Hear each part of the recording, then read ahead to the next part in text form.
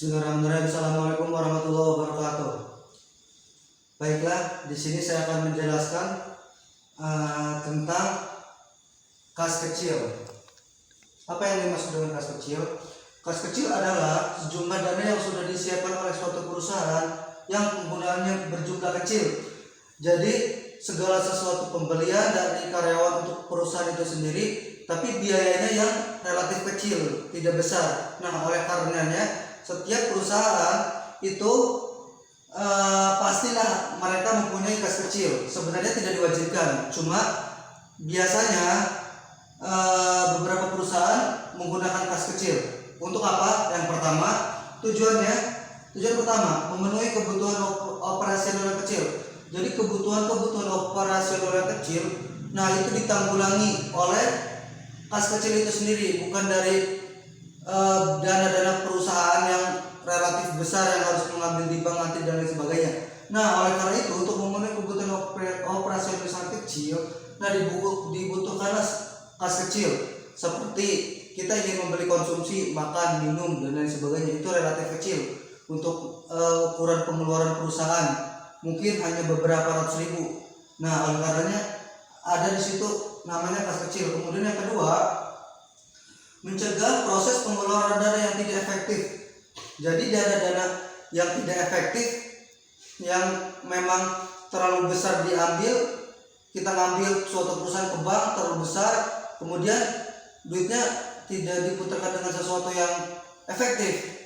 Kemudian yang ketiga, menghindari pengeluaran pribadi karyawan, semisal transportasi, untuk biaya transportasi, bensin, makan dan lain sebagainya, tol. Nah, ini mereka ngambil dari kas kecil, mengambil tersebut dari kas kecil. Nah, untuk biaya-biaya biasanya ada beberapa badan anggota keuangan mereka yang bertanggung jawab atas kas kecil tersebut. Jadi kas kecil tidak semena-mena seseorang mengambil uang dari situ, karena harus ada tanggung jawab yang jelas dari anggota tersebut. Pengeluarannya untuk apa, notanya mana, nah itu harus jelas. Kemudian pencatatan kas kecil ini dibagi menjadi dua metode, dilakukan dua metode. Yang pertama metode impres dan yang kedua metode fluktuatif. Nah, metode impres itu metode tetap, sedangkan metode fluktuatif itu bisa berubah-ubah, kasnya bisa berubah-ubah. Nah, kemudian langsung aja ke kelebihan impres. Yang pertama, ini kelebihan pencatatan kas kecil berdasarkan metode impres atau metode tetap. Yang pertama, efisien dalam segi waktu, karena pencatatan pengeluaran dilakukan ketika pengisian dana. Jadi untuk mengisi dana tersebut, untuk mengisi dana kas itu perlu dilakukan hanya sekali saja pencatatan. Jadi pengisian dana kas itu sekalian pencatatannya, jadi tidak membutuhkan waktu lama setiap akun dihitung-hitung, enggak. Ini cukup pencatatannya di akhir ketika pengisian dana saja.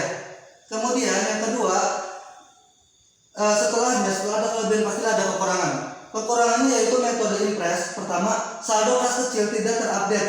Jadi anggota keuangan, anggota akuntan dan lain sebagainya yang bertanggung jawab atas kas kecil tersebut, mereka tidak tahu kas kecil ini saldonya ada berapa, uang di dalam kas ini ada berapa. Mengapa demikian? Karena pengecekannya itu dilakukan sekali akhir ketika pengisian dana. Kemudian bisa dilakukan juga dengan metode fluktuatif. Nah, metode fluktuatif itu artinya metode yang bisa berubah-ubah kasnya. Kelebihannya nanti hitung-hitungannya saya jelasin, ini teori terlebih dahulu. Kelebihan fluktuatif yang pertama, saldo yang selalu update. Nah, karena setiap kita mengambil sesuatu, entah itu kita membeli alat tulis untuk konsumsi, transportasi dan lain sebagainya, itu harus ada pencatatan. Setiap terjadi transaksi pengambilan uang itu ada pencatatan. Nah, oleh karenanya dia tahu update. Akuntan keuangannya yang bertanggung jawab atas kas kecil tersebut itu tahu saldonya ada berapa, saldo di kas tersebut. Kemudian tidak lebih dari kelebihan pasti adalah kekurangan. Kekurangan metode fluktuatif yaitu tidak bisa dilakukan pencatatan berdasarkan jenis dan kelompok. Jadi karena setiap ada transaksi pengambilan uang selalu dicatat akunnya apa, nah itu lebih susah untuk mengelompokkan akun-akun atau kelompok jenis-jenis tersebut. Nah kemudian langsung saja ini ke contoh perhitungannya, metode impress. Ini langsung jawabannya karena kalau soalnya ditulis nggak cukup juga, whiteboardnya kurang cukup. Pada tanggal 5 bulan 12 tahun 2018, ini dengan metode impress, suatu perusahaan menabungkan dana mereka ke kas kecil, yaitu di sini akunnya dana kas kecil pada kas, yaitu 2 juta. Nah kemudian ketika ini sudah dipakai semuanya untuk transportasi, konsumsi dan lain sebagainya, nah itu pasti ada namanya pengisian kembali dana kas. Karena kas semakin menipis, uang semakin menipis, harus diisi untuk keperluan operasional sehari-hari karyawan. Nah kemudian di sini dengan apa? Nah lihat tabel berikut ini. Pada tanggal 28 bulan 12 tahun 2012, di sini biaya kirim dokumen sebesar Rp 100.000, alat tulis kantor sebesar 175.000, konsumsi sebesar 200.000. Nah 200.000 pada konsumsi pada kas.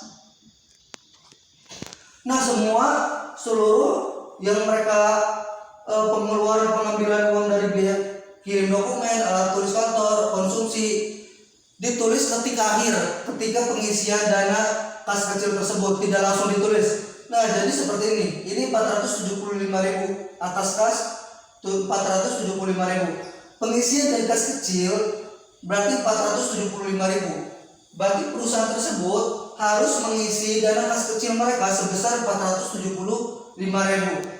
Maka saldo kas kecil menjadi 2 juta. Jadi saldo awal 2 juta.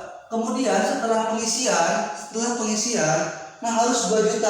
Itu namanya metode impress, metode tetap. Jadi akunnya tetap, jumlah saldonya tetap setelah pengisian. Jadi 2 juta. Pengeluaran 475.000, kita nabung ke kas kecil harus 475.000 seperti itu. Nah kemudian yang terakhir metode fluktuasi. Nah metode fluktuasi ini diambil ketika ada pengambilan uang, pengambilan dana, itu harus dicatat ketika waktu itu juga.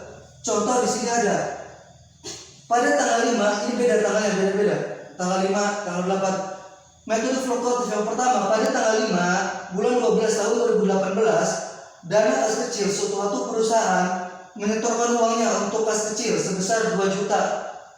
Dana kas kecil pada kas. Kemudian pada tanggal 8 terjadilah ada biaya kirim dokumen, yaitu biaya kirim dokumen atas kas kecil, yaitu sebesar Rp100.000.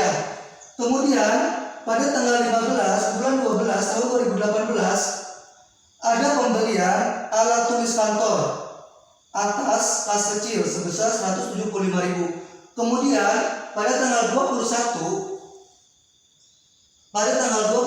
bulan 12 tahun 2018 terdapat pembelian alat tulis kantor, yaitu akunnya pada alat tulis kantor pada kas kecil sebesar 200.000.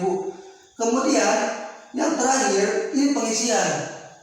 Tanggal 21 bulan 12 tahun 2012, suatu perusahaan mengisi kembali kas kecil tersebut.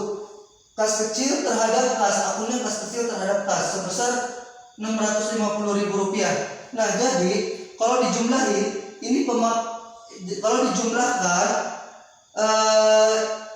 ini semua pemakaiannya, keuangan mereka yang harus mereka keluarkan itu 475.000 kalau dijumlahkan. 175.000 ditambah 100.000 ditambah 200.000 itu hasilnya 475.000. Tetapi anggota keuangan perusahaan itu mengisi saldo mereka dengan jumlah 650.000. Nah kalaulah ditotalkan pengisian 650.000, maka saldo kas kecil menjadi 2.175.000. Jadi metodenya tidak tetap, tetapi fluktuatif, bisa berubah-ubah. Jadi 2.175.000 yang awalnya mereka menabung hanya 2 juta. Ya mungkin itulah metode impres dan metode fluktuatif pada kas kecil. Mungkin itu saja yang dapat saya sampaikan. Kurang lebihnya mohon maaf. Bila itu boleh daya. Wassalamualaikum